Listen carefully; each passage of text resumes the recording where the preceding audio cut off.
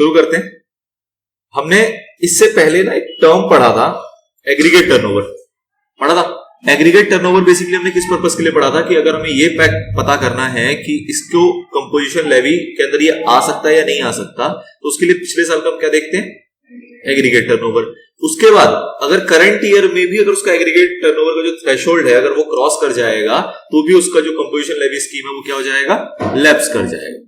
ठीक है, तो इस चीज के लिए अपने को क्या चाहिए था, एग्रीगेट टर्नओवर। लेकिन जहां पे भी अपने टैक्स की बात देखी कि भैया इतने % का टैक्स लगेगा, चाहे वो आधा % हो, चाहे वो 2.5% हो, चाहे वो 6% हो, कुछ भी हो, तो वो जो टैक्स लगेगा वो किस पे लगेगा। तो वहां पे हमने एक टर्म देखा था, क्या, टर्नओवर इन स्टेट या फिर टर्नओवर इन यूनियन टेरिटरी। याद आ रहा है, आ रहा है नहीं आ रहा? अगर आपको इसकी जो प्रोविजन थी ये ध्यान हो तो 1% of the turnover in state और turnover in union territory in case of manufacture. ऐसे 2.5% भी किसके ऊपर था, टर्नओवर इन स्टेट या टर्नओवर इन यूनियन टेरिटरी। तो अब कहने का मतलब ये आ रहा है कि ये जितने भी परसेंटेज लेवी हो रहे थे ये इस टर्म के ऊपर लग रहे थे। और ये टर्म का मतलब क्या है, तो इस टर्म का बेसिक मतलब हमने पीछे देखा था क्या था कि एग्रीगेट टर्नओवर के अंदर का ही पार्ट है वो टर्नओवर जिसके ऊपर आप टैक्स लगाओगे। तो हमने क्या देखा था कि एग्रीगेट टर्नओवर के अंदर 1 अप्रैल से लेकर till the date of registration वाली पीरियड का भी जो टर्नओवर होता है वो जोड़ा जाता है।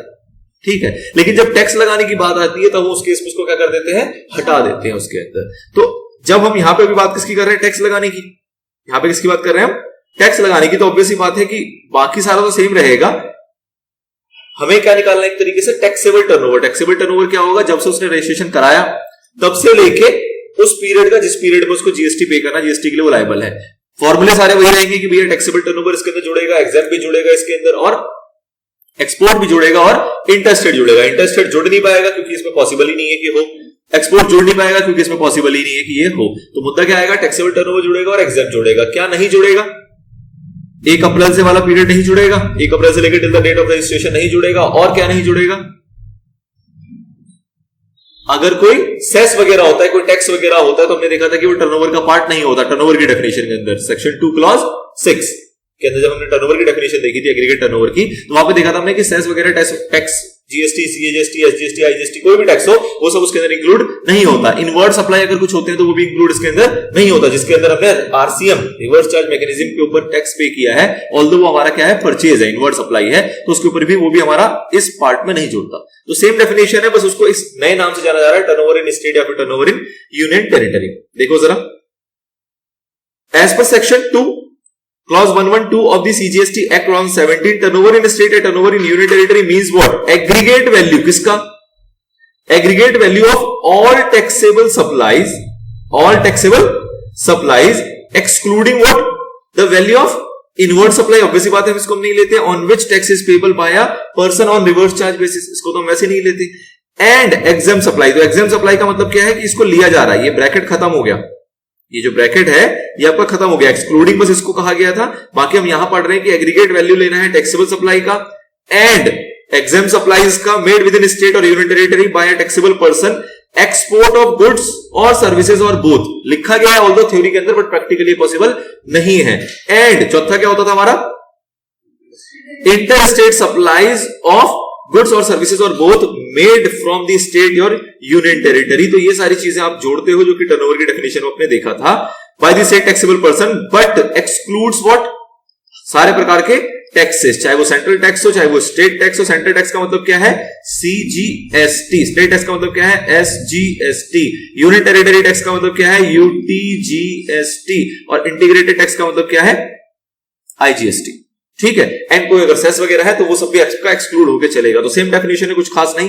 एक्सप्लेनेशन 2 इसके साथ ऐड हुई थी सेक्शन 10 की, जो क्या क्लैरिफाई करती थी कि भैया जब हम टैक्स निकालने जाएंगे तो उस केस में हम क्या करेंगे, हम इंक्लूड नहीं करेंगे इन चीजों को। कौन सी चीजों को इंक्लूड नहीं करेंगे, 1 अप्रैल से लेके, first day of April of the financial year से लेके up to the date when such person becomes liable for registration, मतलब रजिस्ट्रेशन की डेट तक का जो भी टर्नओवर होगा, जो भी सप्लाई होगा, वो आपका काउंट नहीं किया जाएगा। और साथ ही में एग्जाम सप्लाई होगा, कौन सा, सिर्फ एक, कौन सा वाला, जो कि हम बात कर रहे थे किसकी, एक्सटेंडिंग डिपॉजिट लोन्स और एडवांस है, जिसका हमें कंसिडरेशन मिलता है इन फॉर्म ऑफ इंटरेस्ट और डिस्काउंट, तो वो भी आपका इसके अंदर इंक्लूड नहीं होगा। फिर इसी का अगर कंबाइंड रीडिंग करें तो आपको पता लग जाएगा कि क्या इंक्लूड होगा क्या इंक्लूड नहीं होगा। तो इंक्लूड के अंदर आपके टैक्सेबल सप्लाई आ गए, एग्जाम सप्लाई आ गए, प्रैक्टिकली यही दो चीजें हैं। टैक्सेबल और एग्जेम्प्टी है, एक्सपोर्ट और इंटर स्टेट सप्लाई का तो कोई सवाल ही नहीं है, तो इसलिए ये दो चीजें यहां पे आ जाएंगी। वाइल कंप्यूटिंग टर्नओवर, ध्यान देना इसके अंदर, while computing turnover in a state UT of a supplier other than manufacturer and restaurant service provider, मतलब क्या हुआ, ट्रेडर की बात कर रहा है। The exempt supplies will not be taken into consideration, मतलब अगर ट्रेडर की बात करें तो उस केस में एग्जेम्प्ट सप्लाई को भी नहीं लिया जाता। आपने एक एग्जांपल पीछे किया था जहां पर आप टैक्स निकालने जब जा रहे थे तो आपने देखा था कि उस एग्जांपल के अंदर उसका टैक्सेबल टर्नओवर भी था और एग्जेम्प्ट सप्लाईज भी थे, तो एग्जेम्प्ट सप्लाई को हमने छोड़ के टैक्सेबल को ही काउंट करके उसके ऊपर टैक्स निकाला था। ऑब्वियस सी बात है, जो एग्जेम्प्ट है उसके ऊपर टैक्स तो निकाला नहीं जाएगा, तो ट्रेडर के केस में हम उसको एक्सक्लूड करके चलेंगे, उसको हम नहीं लेते हैं। क्या क्या चीजें नहीं आती एक्सक्लूड में, क्या क्या है, तो आपके सभी प्रकार के टैक्स हो गए। उसके बाद इनवर्ड सप्लाईज जो होता है जिसके ऊपर आपने टैक्स पे किया है अंडर आरसीएम, वो भी इंक्लूड नहीं होता। उसके बाद 1 अप्रैल से लेकर till the date of registration का अगर कोई सप्लाई है तो वो भी आपका इंक्लूड नहीं होता। और एग्जाम सप्लाई होते हैं जो कि हमारे कौन से वाले, extending deposit loans and advances, जिसके बदले में हमें क्या मिलता है, इंटरेस्ट एंड डिस्काउंट, तो वो आपका नहीं आता। बहुत ही बेहतरीन एग्जांपल है, मतलब ये एग्जांपल ऐसा है कि आपके सारे कॉन्सेप्ट को बहुत अच्छे से क्लियर करेगा और आपको अटकाएगा भी। अगर आप इसको फ्रेश मूड से करोगे तो आप इसको गलती करोगे, मतलब अगर आप आंसर ना पढ़ो और मैं सवाल में अगर आप बात करूं तो आप बताओगे कि इसके अंदर आप बहुत सारी गलतियां करने जा रहे हो। ठीक है, देखो जरा कैसे कैसे कह रहा, a photographer Champak has commenced providing photography services in Delhi from April this year. शुरू कब किया इसने, शुरू कब किया है, अप्रैल में। His turnover for various quarter till December is as follows। इस साल में अप्रैल से लेकर दिसंबर तक का इसका दे रखा है टर्नओवर क्वार्टरली। अप्रैल से जून में 20 लाख, जून से सितंबर में 30 लाख, अक्टूबर से दिसंबर में 20 लाख। अब जरा यहीं तक मैं बताना जरा, क्या इसके ऊपर कंपोजिशन लगेगा, क्या इसके ऊपर कंपोजिशन लगेगा, कैसे डिसाइड करोगे आप। कंपोजिशन जब लगाने जाओगे तो आप बोलोगे कि बताओ भैया इसके पिछले साल का, प्रीवियस ईयर का एग्रीगेट टर्नओवर क्या है। प्रीवियस ईयर का एग्रीगेट टर्नओवर क्या है, 0। क्यों, क्योंकि इसने बिजनेस स्टार्ट इस साल किया है। ठीक है, ध्यान देने वाली बात क्या है, बिजनेस स्टार्ट इसने इस साल किया है तो एग्रीगेट टर्नओवर पिछले साल का क्या होगा, 0। अब बात करो अप्रैल से जून तक में इसका एग्रीगेट टर्नओवर कितना हुआ, 20 लाख। अप्रैल से जून तक में कितना हुआ, 20 लाख। तो बताओ इसको कितना टैक्स देना पड़ेगा। अच्छा पहले इस बात को बताओ कि प्रीवियस ईयर में एग्रीगेट टर्नओवर 0 है तो क्या इसको कंपोजिशन मिलेगा, नहीं मिलेगा, क्यों नहीं मिलेगा। पिछले साल में 1.5 करोड़ देखा था आपने को, 1.5 करोड़ क्या है, तो 0 पे बैठा है, तो क्या इसको कंपोजिशन ले सकता है, नहीं ले सकता, बिल्कुल ले सकता है। अब अप्रैल से जून तक में इसका टैक्स कितना जाएगा, अप्रैल से जून तक में जहां इसकी टर्नओवर है 20 लाख रुपए, टैक्स कितना जाएगा, इसके ऊपर 1% लगा दोगे, 20 लाख के ऊपर 1% लगाओगे। कमेंस करता है प्रोवाइड करेगा फोटोग्राफी सर्विसेज, सर्विस देगा, कितने परसेंट लगेगा, 6%। तो इसके ऊपर हम 6% लगा देंगे, बिल्कुल सही है, गलत है। क्यों, टर्नओवर कितना है, 20 लाख। अब ये रजिस्ट्रेशन ही क्यों कराएगा, अभी ये रजिस्ट्रेशन ही क्यों कराएगा, नया नया बिजनेस स्टार्ट किया, 20 लाख तक का टर्नओवर है पहले क्वार्टर में, क्या रजिस्ट्रेशन कराने की जरूरत है, नहीं, तो रजिस्ट्रेशन ही नहीं कराएगा तो टैक्स क्यों पे करेगा। बताओ, आपको कोई बोले 20 लाख तक तुम सेल कर रहे हो अभी तक में, करा लो रजिस्ट्रेशन, 6% का टैक्स दे देना, क्या फालतू आ रहा है वैसे, कोई क्यों कराएगा रजिस्ट्रेशन, अनलेस क्वेश्चन में लिखा नहीं कि उसने करा रखा हो वॉलंटरी बेसिस पे। बट अगर नहीं लिखा हो तो आप तो थ्रेशोल्ड को याद रखोगे ना कि रजिस्ट्रेशन कराने की थ्रेशोल्ड क्या थी सर्विसेज के केस में, 20 लाख रुपीस, सर्विसेज के केस में रजिस्ट्रेशन की थ्रेशोल्ड। हम कौन सी बात कर रहे हैं, पहले वाले चैप्टर की बात कर रहे हैं। तो थ्रेशोल्ड क्या देखी थी आपने रजिस्ट्रेशन की, अगर सर्विसेज है तो उस केस में कितनी है, 20 लाख रुपए। तो 20 लाख रुपए की सर्विसेज है तो ऑब्वियसली बात है रजिस्ट्रेशन नहीं करा रखा तो क्या टैक्स देगा, कुछ भी नहीं। अगले क्वार्टर में आओ, जुलाई से सितंबर, अब कितनी हो गई, 30 लाख और हो गई, कुल मिला के कितनी हो गई, 50 लाख। क्या रजिस्ट्रेशन कराना पड़ा होगा इसको, क्या इसको रजिस्ट्रेशन कराना पड़ गया होगा, बिल्कुल पड़ गया होगा। तो बताओ रजिस्ट्रेशन इसने करा लिया, कंपोजिशन के अंदर है, बताओ कितना टैक्स देगा, टैक्स कितना देगा, 6%। किसके ऊपर, 50 लाख के ऊपर। 6% किसके ऊपर देगा, अपने टर्नओवर के ऊपर। टर्नओवर कितना है इसका, 50 लाख रुपए, तो कितने ऊपर देगा, 50 लाख के ऊपर, हाँ कि ना, स्पीड में बताओ भाई। 20 लाख पे देगा, 30 लाख पे देगा, 50 लाख पे देगा, 30 लाख के ऊपर देगा। क्यों, क्योंकि अभी हमने पढ़ा पीछे पीछे टर्नओवर इन स्टेट निकालता है तो उसमें 1 अप्रैल से लेकर till the date of registration वाले टर्नओवर को हम काउंट नहीं करते। तो ऑब्वियसली बात है यहां पे तो इसका रजिस्ट्रेशन ही नहीं था, इसको हम काउंट नहीं करेंगे। रजिस्ट्रेशन लिया उसके बाद से लेकर हम काउंट करेंगे, जो कि 30 लाख ही है, तो 30 लाख के ऊपर 6% ये टैक्स पे कर देगा। उसके बाद बताओ, अक्टूबर से दिसंबर में 20 लाख और होगी, इस 30 लाख पे टैक्स तो वो दे चुका है, अब इस 20 लाख के ऊपर फिर से टैक्स देगा इस क्वार्टर में, कितना परसेंट, इस 20 लाख के ऊपर कितना टैक्स देगा, अगेन 6%, कितना आएगा बताओ। अरे 20 लाख का 6% नहीं बता पा रहे,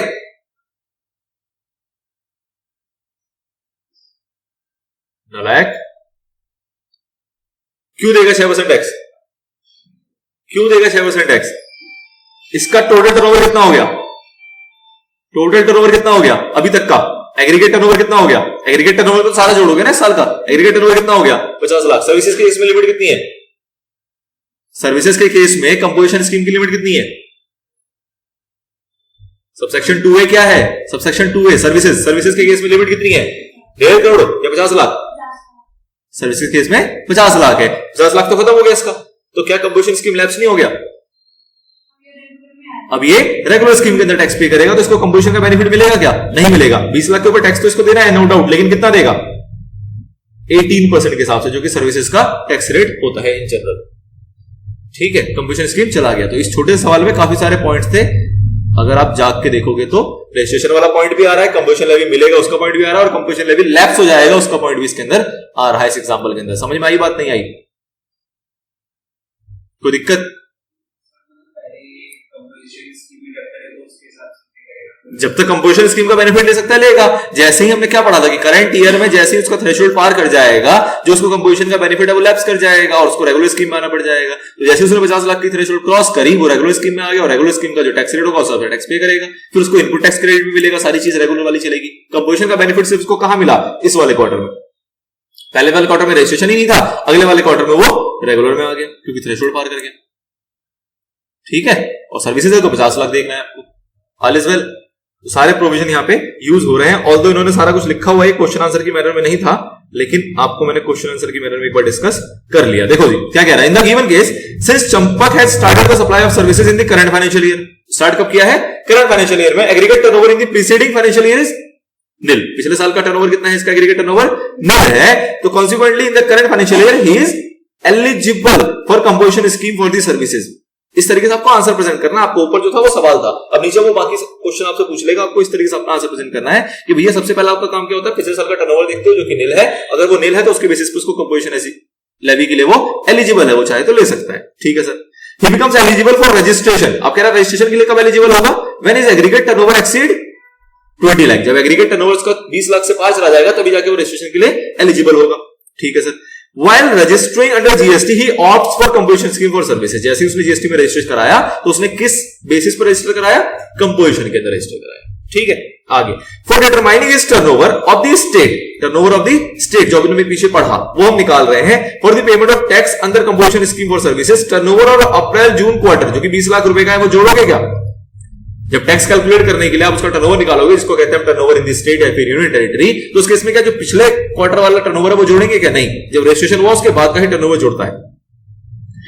as the value of supplies from the first day of April से लेके the date when such person becomes liable for registration are to be excluded for this. ठीक है सर। ऑन नेक्स्ट 30 लाख, अब जो अगला इस क्वार्टर में उसका 30 लाख रुपए उसके अंदर वो टैक्स पे करेगा। टैक्स कितना पे करेगा?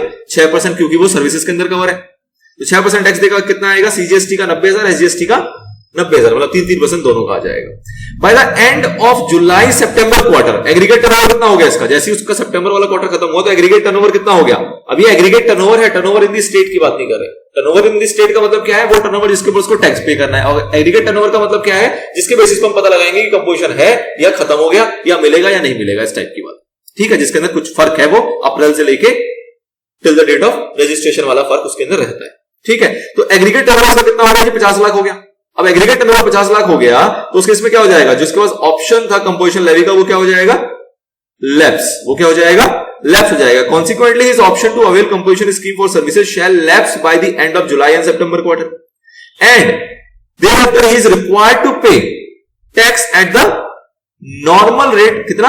18%। Thus the tax payable for October to December जो कि 20 लाख रुपए का इसका टर्नओवर था, उसके ऊपर इसको 18% टैक्स देना पड़ेगा, जो कि कितना बनेगा? 3,60,000। क्लियर है? ये एग्रीगेट टर्नओवर को डिफाइन किया गया है, हमने काफी बार पढ़ लिया, दोबारा रीड करने की जरूरत है नहीं। कोई दिक्कत? कोई दिक्कत परेशानी? सारे पॉइंट्स एक साथ मिलकर एक सवाल के अंदर थे और कुछ नहीं था। बाकी क्वेश्चन बहुत प्यारा था वो। Who are not eligible to opt composition scheme. बताओ जी कंपोजिशन स्कीम किस किस को नहीं मिलता? सेक्शन 10(2) के अंदर भी प्रोविजन थे और सेक्शन 10(2)(a) के अंदर भी प्रोविजन थे। 2 के अंदर भी कंडीशन बता रखे थे कि किन लोगों को नहीं मिलेगा, और 2(a) के अंदर फिर उसी बातों को रिपीट किया हुआ है। 2 के अंदर जो सबसेक्शन 2 है उसके अंदर ऐसी कितनी बातें हैं? 6 बातें। 2A के अंदर कितनी बातें हैं? सिर्फ 5 बातें। एक बात अलग है, उसको आपको देखना है क्या अलग है, और दोनों में जो कंडीशन लिखी गई उसमें कुछ टेक्निकल वर्ड्स का हेराफेरी है, उसको भी समझना है कंपैरिजन के तरीके से। देखो सबसे पहले क्या कह रहा है, आपने देखा था 2 के अंदर 2 किसकी बात करता है? गुड्स की। 2 किसकी बात करता है? गुड्स की। तो ये कौन सा है हमारा? 10 सबसेक्शन 2। और ये किसकी बात करता है? हमारा कंपोजिशन स्कीम फॉर सर्विसेज। तो मतलब ये कौन सा है? 10 सबसेक्शन 2A। ठीक। अब 2 में देखो क्या लिखा था, इसमें लिखा था supplier engaged in making any supply of goods which are not leviable to tax. अगर कोई ऐसा गुड सप्लाई करता है जिसके ऊपर टैक्स ही लेवी नहीं होता तो वो आपका कंपोजिशन स्कीम नहीं ले सकता वो व्यक्ति। अब इन दोनों में फर्क देखो जरा, ऑल्दो पीछे आगे एक सवाल आएगा, बट एक यहां पे इसका फर्क समझो कि इसका मतलब क्या है, कि एग्जाम सप्लाई की बात कर रहा है क्या? इसका मतलब क्या एग्जाम सप्लाई की बात कर रहा है? ये जो वर्ड लिखा कि भैया कोई ऐसे गुड्स की सप्लाई करता है जिसके ऊपर टैक्स नहीं लगता, that means what? Exempt supply. क्योंकि अगर आप इसको एग्जाम सप्लाई बोलोगे तो आपने देखा है कि टर्नओवर में एग्जाम सप्लाई तो जोड़ते हैं हम, मतलब कंपोजिशन को एग्जाम सप्लाई कर सकता है वो बंदा। एग्जाम सप्लाई और नॉट लेविएबल टू टैक्स में क्या फर्क है? नॉट लेविएबल टू टैक्स का मतलब क्या है कि वो वाले सप्लाई जिसके ऊपर टैक्स लगता ही नहीं, और एग्जाम सप्लाई का मतलब क्या है कि ऑल्दो इस पर टैक्स लगता तो है लेकिन बाय वे ऑफ नोटिफिकेशन फिलहाल माफ कर दिया गया है। फर्क ही है। ठीक है, तो एग्जाम सप्लाई कर सकता है, कंपोजिशन स्कीम का बंदा एग्जाम सप्लाई कर सकता है लेकिन उन गुड्स का सप्लाई नहीं कर सकता जिसके ऊपर टैक्स ही नहीं लगता। टैक्स ही नहीं लगता मतलब वो लॉ के अंदर है, और एग्जाम का मतलब क्या है कि बाय वे ऑफ नोटिफिकेशन उसको एग्जाम किया हुआ है, ऑल्दो वो टैक्सेबल है लेकिन फिलहाल उसको क्या कर दिया गया है? एग्जाम कर दिया गया है। जो भी बैकेट पे गवर्नमेंट का पर्पस है तो उसको एग्जाम करके चल रहे हैं by way of notification. Clear है? तो एग्जाम सप्लाई वो कर सकता है लेकिन गुड्स जिसके ऊपर टैक्स नहीं लगता उसका सप्लाई अगर करेगा तो कंपोजिशन स्कीम उसको नहीं मिलेगा। अब इसके अंदर क्या फर्क आया? तो 2A में आपने देखा था कि भैया गुड्स तो था ही था, सर्विसेज को और ऐड कर दिया गया है। तो वर्ड्स को देखो क्या फर्क है। Supplier engaged in making any supply of goods और सर्विसेज, यहां पे क्या था? सिर्फ और सिर्फ गुड्स। 2 के अंदर क्या था? सिर्फ और सिर्फ गुड्स। यहां पे इंक्लूड कर दिया गया गुड्स भी करे सर्विसेज भी करे which are not leviable to tax, तो सेम चीज है पहली कंडीशन। दूसरी क्या है? Supplier engaged in making any interstate supply, interstate outward supply of goods, तो इंटरस्टेट बनाए। इसके अंदर भी सेम चीज है लेकिन इसके अंदर क्या है? गुड्स और सर्विसेज दोनों चीज इंक्लूड है 2A के अंदर। अगला, person supplying any goods through an electronic commerce operator who is required to collect tax at source under section 52। तो इलेक्ट्रॉनिक कॉमर्स ऑपरेटर के थ्रू मना किया गया था कि आप ऑपरेट नहीं कर सकते। तो यहां पे लेकिन किसकी बात की गई है? अगेन गुड्स की। और यहां पे किसकी बात करी गई है? एनी गुड्स और सर्विसेज। बाकी कहानी सारी सेम है, बाकी कहानी सारी सेम है। अभी सेक्शन 52 जो है ना, ये पीछे भी एक बार आया था, मतलब पीछे मैंने इसके ऊपर कुछ चर्चा नहीं करी। बेसिकली क्या होता है कि टैक्स डिडक्ट करता है हमारा इलेक्ट्रॉनिक कॉमर्स ऑपरेटर। जब आप उसके थ्रू काम करते हो तो उसको टीडीएस वहां पे काटना होता है, जिसको हम बोलते हैं जीएसटी टीडीएस। जीएसटी का टीडीएस ये अलग है, आपके इनकम टैक्स में टीडीएस होता है, उसके अंदर तो कुछ नहीं है। जो आप इनकम ट्रांसफर करते हो उसके ऊपर टीडीएस काट लेते हो, टैक्स काट लेते हो। वही चीज यहां पे कि जब कोई पेमेंट ट्रांसफर करता है तो उसके ऊपर जो भी प्रिस्क्राइब रेट है उसके अकॉर्डिंग वो टीडीएस काट लेता है। ऑल्दो आपके इंटर का पार्ट नहीं है, ये फाइनल में आप पढ़ोगे सेक्शन 52 जीएसटी टीडीएस का कॉन्सेप्ट। बट ये कुछ ऐसी चीज है कि इलेक्ट्रॉनिक कॉमर्स ऑपरेटर के थ्रू कोई बंदा काम कर रहा है और वो इलेक्ट्रॉनिक ऑपरेटर जो है वो क्या कर रहा है? वो लाइबल है जीएसटी टीडीएस के लिए, जो कि सेक्शन 52 कहता है, मतलब उसके अंदर वो कवर्ड है। तो ऐसे व्यक्ति के थ्रू अगर आप काम करोगे तो आप गुड्स करोगे तो सेक्शन 2 ने मना, सॉरी सबसेक्शन 2 ने मना कर दिया, और अगर गुड्स एंड सर्विसेज करोगे तो सेक्शन 10 का सबसेक्शन 2A ने मना कर दिया। आगे देखो, मैन्युफैक्चरर देखा था आपने नोटिफाइड गुड्स का। मैन्युफैक्चरर देखा था आपने किसका? नोटिफाइड गुड्स का। तो नोटिफाइड गुड्स आपको 4 पता लगे थे, ice cream, paan masala, tobacco products and aerated water. तो अगर आप इन नोटिफाइड गुड्स की मैन्युफैक्चरिंग करते हो तो उस केस में भी आप कंपोजिशन स्कीम के लिए एलिजिबल नहीं हो, ऐसा कहा सबसेक्शन 2 ने। और 2A ने क्या कहा कि भैया अगर मैन्युफैक्चर करो इन नोटिफाइड गुड्स का या फिर supplier of in notified goods का, नोटिफाइड सर्विसेज का, सॉरी नोटिफाइड सर्विसेज का, तो उस केस में भी आप कंपोजिशन स्कीम के लिए एलिजिबल नहीं होगे। देखो गुड्स को तो कवर इसने कर ही दिया 2 ने, इसने गुड्स को भी कवर किया और साथ ही में किसको कवर किया? Supplier of notified services. कि अगर कोई ऐसी नोटिफाइड सर्विसेज है जो कि गवर्नमेंट ने मना की हुई है और आप उसको सप्लाई करते हो तो उस केस में भी आपको कंपोजिशन स्कीम नहीं मिलेगा। आगे, सप्लायर जो हमारा या तो कैजुअल टैक्सेबल पर्सन है, सीटीपी है, या फिर एनआरटीपी है। कैजुअल टैक्सेबल पर्सन है या फिर नॉन रेजिडेंट टैक्सेबल पर्सन है तो उसको भी आप कंपोजिशन स्कीम नहीं दे सकते, ऐसा 2 भी कहता है और ऐसा 2A भी कहता है। अब एक एडिशनल बातें कौन सी आई? छठी बात कौन सी आई? छठी बात ये आ रही है कि supplier of services same as provided in section 10 subsection 1 कह रहा है कि कोई भी सर्विसेज का सप्लायर होगा उसको कंपोजिशन स्कीम नहीं मिलेगी। जो भी सर्विसेज का सप्लायर होगा, सेम एज का मतलब क्या हुआ? एक्सेप्ट, किसको छोड़ के? किसको छोड़ के? उसको छोड़ के जो कि सेक्शन 10(1) आपको खुद ही बता रहा है। कौन सा बता रहा है? किसके बारे में बता रहा था? रेस्टोरेंट सर्विसेज के बारे में। तो ये एक अलग एक्सेप्शन आई कि आपका जो सबसेक्शन 2 था उसने कहा भैया सर्विसेज का अगर सप्लायर होगा ना तो उसको कंपोजिशन नहीं मिलेगा अदर देन किसको छोड़ के, जो कि सेक्शन 10 सबसेक्शन 1 के अंदर ही बता दिया गया, रेस्टोरेंट सर्विसेज वाला। ठीक है, रेस्टोरेंट सर्विसेज कहां पे कवर हो रहा था? याद है? भूल गए? Schedule 2 para 6 clause B. तो उसको आपका यहां पे एक्सक्लूड कर दिया गया था कि भैया ये वाले सर्विसेज प्रोवाइडर होंगे उनको कंपोजिशन मिल जाएगा। ठीक है, तो ये एक एडिशनल कंडीशन आती है जो कि इसके अंदर है। क्यों इसके अंदर क्यों नहीं हो सकती? क्योंकि ये तो सर्विस को इंक्लूड करने की बात कर रहा है और ये सर्विस को एक्सक्लूड करने की बात कर रहा था, इसलिए 6th कंडीशन आपका डिफरेंट है। बाकी 5 के 5 आप सेम टू सेम याद कर सकते हो। ठीक है, बिल्कुल माइनर चेंजेस है उसमें। आगे बढ़ो। एक देखो बड़ी अच्छी बात कही है, इतनी ज्यादा अच्छी बात है कि इसको आपको बिल्कुल याद करके रख लेना है तमीज से। देखो क्या सोच रहा है, ये सोच रहा है कि हमें कहा गया कि हम इंटरस्टेट सप्लाई नहीं कर सकते, हम बेच नहीं सकते। अगर हम दिल्ली में हैं तो हम मुंबई को बेच नहीं सकते अगर कंपोजिशन स्कीम चाहिए तो। लेकिन क्या हम खरीद सकते? नहीं खरीद सकते। मैं दिल्ली में कोई काम करता हूं, छोटी मोटी मेरी परचून की दुकान है, तो क्या मैं अपने जो सामान बेच रहा हूं उसको मैं परचेज करके ला सकता हूं कहीं बाहर से, या दिल्ली से ही परचेज करना है? इसके ऊपर कहीं कुछ लिखा हुआ है? ये तो लिखा हुआ है कि इंटरस्टेट सप्लाई नहीं कर सकते, लेकिन क्या इंटरस्टेट प्रोक्योरमेंट कर सकते? नहीं कर सकते। मतलब इनवर्ड सप्लाई कर सकते? नहीं कर सकते। तो कहीं मना नहीं है, इसका मतलब क्या है? हाँ, अगर कहीं मना नहीं है तो इसका मतलब क्या है? कर सकते हैं। मतलब कि रेस्ट्रिक्शन इंटरस्टेट सप्लाई करने पे है, आउटवर्ड सप्लाई करने पे है। इंटरस्टेट इनवर्ड सप्लाई अगर करना हो तो उसके अंदर कोई दिक्कत नहीं है। इंपॉर्टेंट पॉइंट है, क्वेश्चन पूछा गया इसके ऊपर। ठीक है, तो क्या कह रहा है? There is no restriction on composition supplier to receive interstate inward supply of goods और सर्विसेज। तो वो आप ले सकते हो अगर आप कंपोजिशन स्कीम में हो, तो उसके लेके कोई रेस्ट्रिक्शन नहीं है। अच्छी बात है। आगे देखिए, a person engaged in marginal supply of services other than restaurant service also eligible for composition levy for goods, composition levy of goods. Second proviso था आपका सेक्शन 10 सबसेक्शन 1 का, जिसको हम पढ़ेंगे सेक्शन 10 सबसेक्शन 2 क्लॉज ए के साथ। अब देखो ये क्या कह रहा है, marginal supply of service other than restaurant service, कह रहा है एलिजिबल है किसके लिए? कंपोजिशन लेवी फॉर गुड्स के लिए। सर्विसेज की बात नहीं कर रहा, कंपोजिशन लेवी फॉर गुड्स के लिए। तो ये कौन सा वाला पॉइंट था जहां मार्जिनल सप्लाई की बात कर रहा था, जहां पे छोटी सी बात कर रहा था? कौन सी छोटी सी बात थी? 10% वाली, याद आ रही है? 10% और 5 लाख whichever is higher, 10% और 5 लाख whichever is higher। तो ये वाला प्रोविजन दिया गया था आपको प्रोवाइजर के अंदर कि भैया तुम गुड्स के अंदर डील करते हो।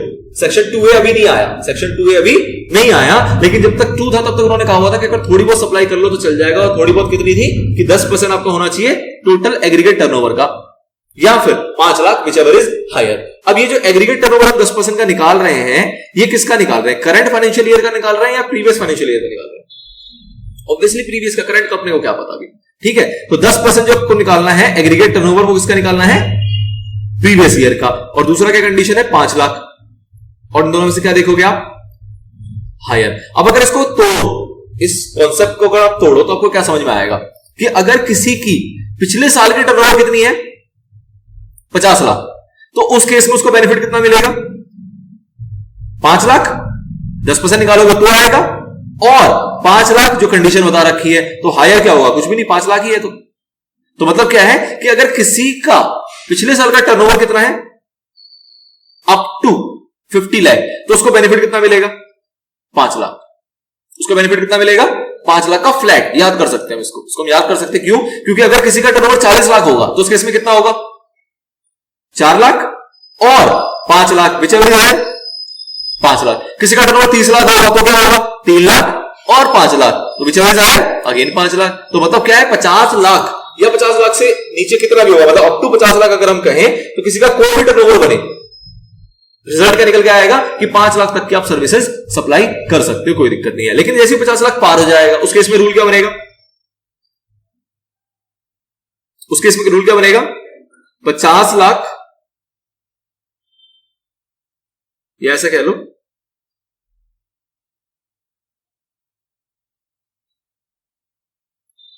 मोर देन 50 लाख से लेके अप टू व्हाट 1.5 CR, उसके बाद तो कंपोजिशन ही खत्म हो जाएगा।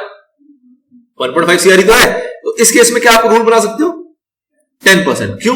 क्योंकि जैसे ही वो 50 लाख से ऊपर गया, सपोज करो 60 लाख, तो आप क्या बोलोगे? 60 लाख का 10% 6 लाख और 5 लाख, बेचा भी 6 लाख।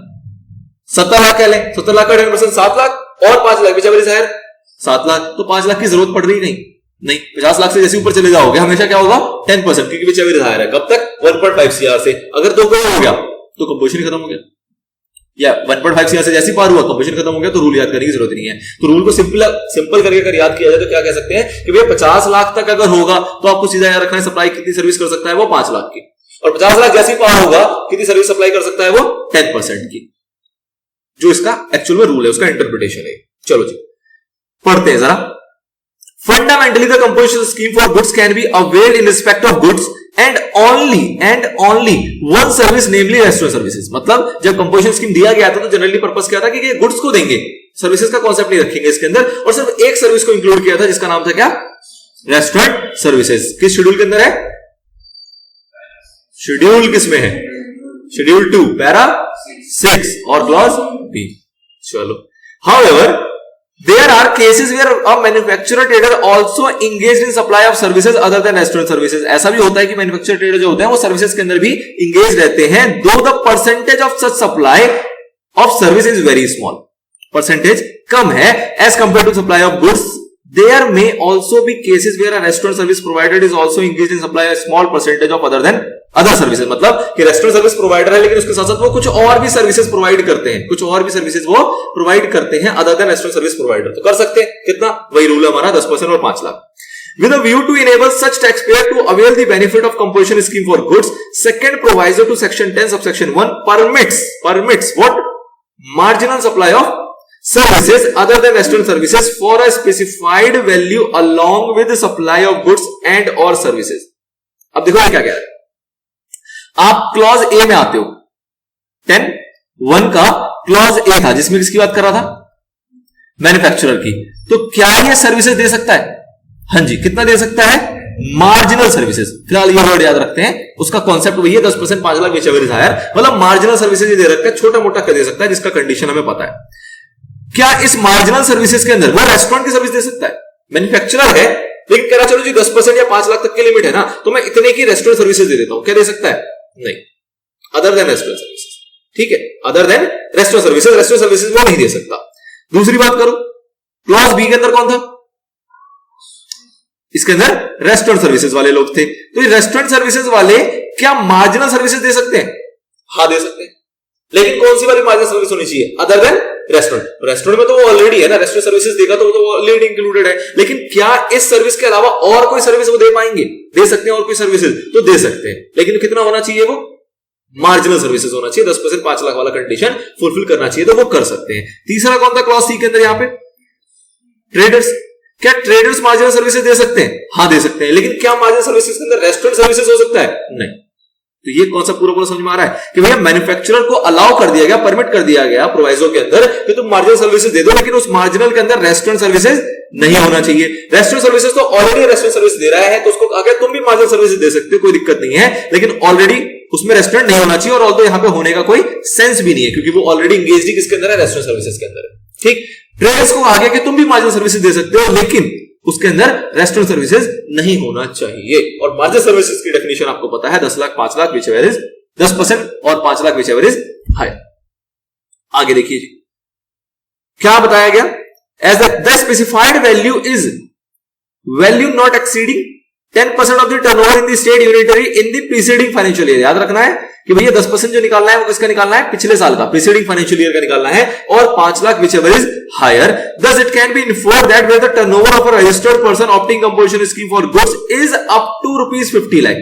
कह रहा है टर्नओवर जो है अगर 50 लाख तक होगा in the preceding financial year, then he can supply services other than restaurant services up to a maximum value of 5 lakh.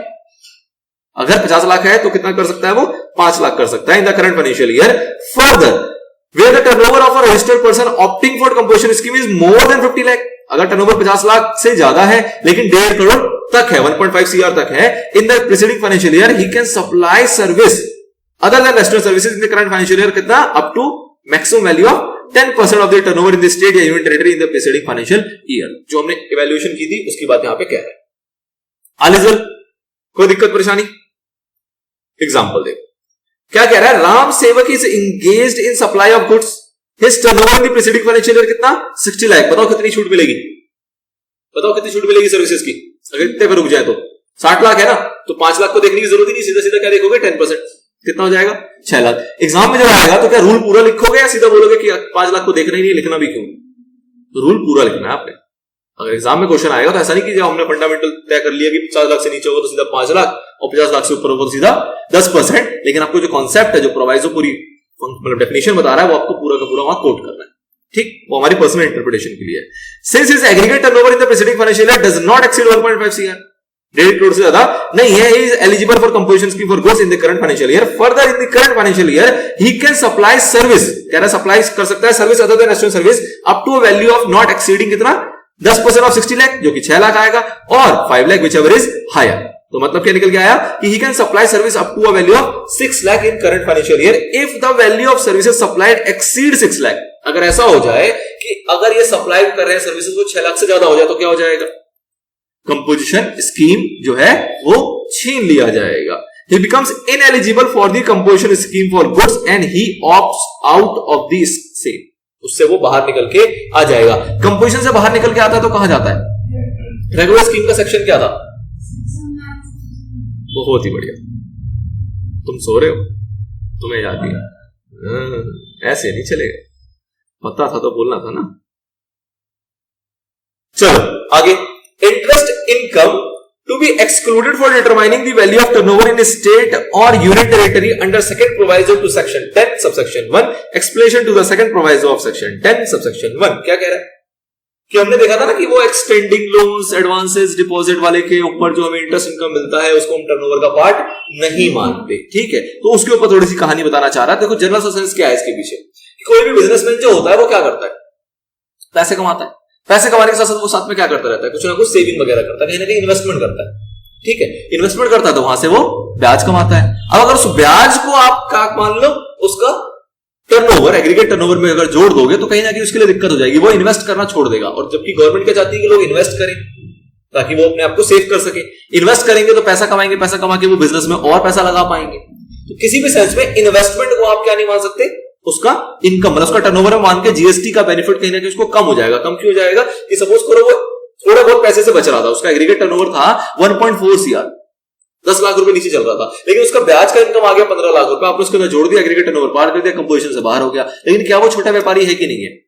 Actual में सेल तो 1.4 CR का ही कह रहा है ना, मतलब उसने सेविंग कर रखी है, वहां से वो ब्याज कमा रहा है, और ब्याज कमा रहा है इस वजह से उसका जो टोटल अगर आप जोड़ दोगे तो वो क्या हो जाता है, लिमिट के बाहर चला जाता है। तो इसलिए उनको कहा गया कि भैया नहीं, एक छोटी सी तरीके से लो माफी बेनिफिट दे दिया गया है कि चलो कंपोजिशन वाला तुमको ये वाली अगर कोई तुम्हारी कोई कमाई आ रही होगी तो ऐसी इनकम आ रही होगी तो उसको हम तुम्हारे टर्नओवर के अंदर नहीं जोड़ेंगे, ठीक है? और कोई खास लॉजिक है नहीं, बस उसको एक्सप्लेन कर दिया गया। देखो फटाफट, generally businesses tend to save and invest money in the form of deposit loans and advances, ठीक है sir? However, this way they get engaged in supply of service by way of extended deposit loans or advances। क्या कह रहा है कि भैया कोई इस टाइप की हरकत कर रहा है तो उसकी उस हरकत को आप क्या मान सकते हो? सर्विसेज मान सकते हो, उसको आप सर्विसेज ही कहोगे।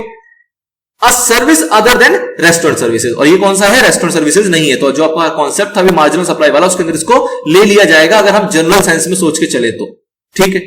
And where the income from such service cause the value of services supplier to exceed the value of value referred in second proviso to section 10 subsection 1 10% of the turnover in the preceding financial year in state or union territory or 5 lakh whichever is higher। मतलब ये वाला जो portion है हमारा 10% वाला, उसके अंदर आप इसको ले लोगे, ठीक है? अगर आप ले लोगे तो दिक्कत क्या हो जाएगी कि भाई 10% वाले में हमने रूल बनाया 5 लाख या फिर 10% वाला रूल जो बना रखा है, अब कोई ब्याज से अगर कमा रहा है 1-2 लाख रुपए तो उस चक्कर में उसका प्रोविजन खराब हो जाएगा, और प्रोविजन खराब हो जाएगा इस चक्कर में उसको क्या नहीं मिलेगा?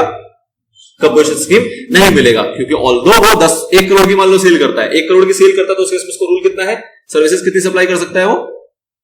1 करोड़ के अंदर सर्विसेज कितनी सप्लाई कर सकता है वो? 10%, कितना आएगा? 10 लाख रुपए। अब वो 9 लाख ही सप्लाई करता है, लेकिन 2 लाख रुपए उसका कहां से आ रहा है? ब्याज से आ रहा है। 2 लाख रुपए वो इंटरेस्ट कमा रहा है तो 11 लाख हो गया। और अपने पीछे क्या पड़ा कि जैसे ही वो 10% से ज्यादा हो जाएगा तो क्या हो जाएगा?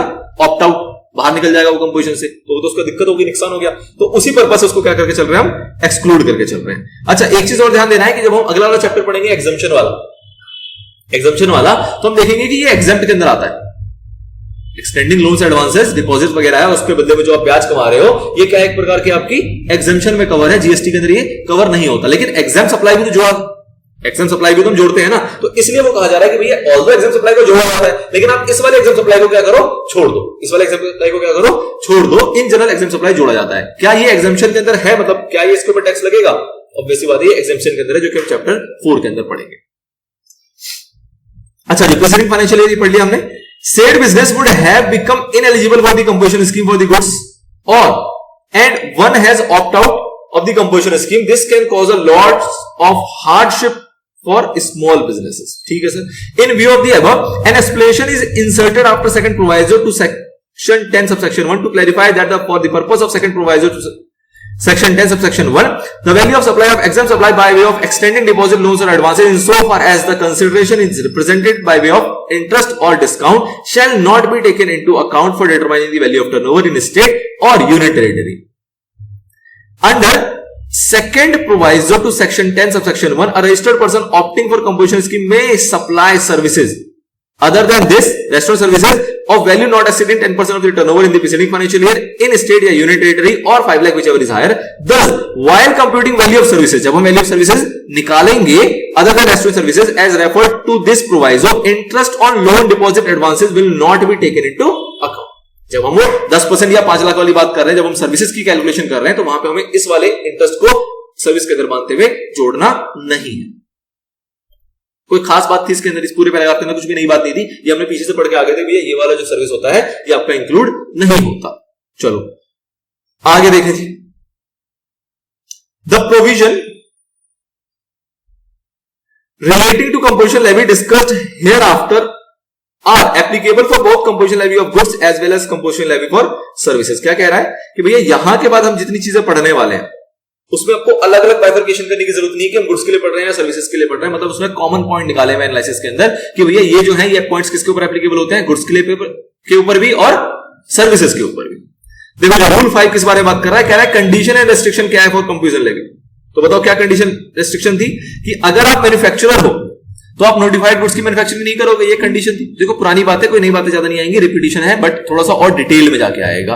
तो क्या कह रहे थे कि भैया आप मैन्युफैक्चरर नहीं होने चाहिए उन नोटिफाइड गुड्स के जिसको की नोटिफाई किया हुआ है। और जनरली उसके अंदर में 4 बातें देखी थी। नोटिफाई कहां किया गया है, 10 सबसेक्शन 2 क्लॉज ई के अंदर, सबसेक्शन 2 क्लॉज ई के अंदर 4 बातें कौन कौन सी थी? तो पहला क्या था आपका, ice cream and other edible ice whether और नॉट कंटेनिंग कोकोआ, ये इसका पूरा नाम है। और ये इसका टैरिफ आइटम है, जो आपने देखा था ना HSN कोड होता है 8 डिजिट का मैक्सिमम, तो ये वही है 21050000।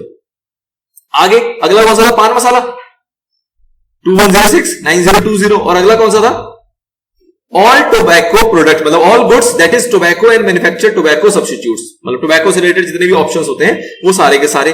और लास्ट कौन सा एक ऐड हुआ था इसके अंदर, एरेटेड वाटर। ये 4 आपके नोटिफाइड गुड्स हैं। ओके, क्या कंपोजिशन स्कीम वाले के ऊपर रिवर्स चार्ज नहीं लगता?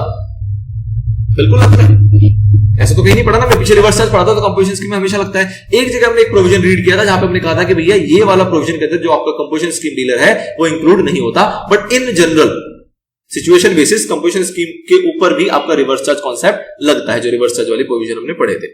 तो ही शैल पे टैक्स अंडर सेक्शन 9 सबसेक्शन 3 और सेक्शन 9 सबसेक्शन 4 रिवर्स चार्ज और इनवर्ड सप्लाई ऑफ गुड्स और सर्विसेज और बोथ। मतलब कि भैया आपका अगर कहीं पे रिवर्स चार्ज की प्रोविजन एप्लीकेबल हो रहे हैं तो ऐसा नहीं है कि आप कंपोजिशन स्कीम के अंदर हो तो आपको छूट मिल जाएगी, नहीं नहीं जी हम तो कंपोजिशन वाले हमें नहीं लगेगा, वो लगेगा आपको। रिवर्स चार्ज के प्रोविजन जितने भी हैं वो सारे एज इट इज एप्लीकेबल होते हैं किसके ऊपर, कंपोजिशन डीलर के ऊपर भी। ठीक, आगे He is neither a casual taxable person nor a non-resident taxable person। ये तो रिपीटेड पॉइंट आ गया कि नहीं होना चाहिए, ठीक है जी पता है हमें।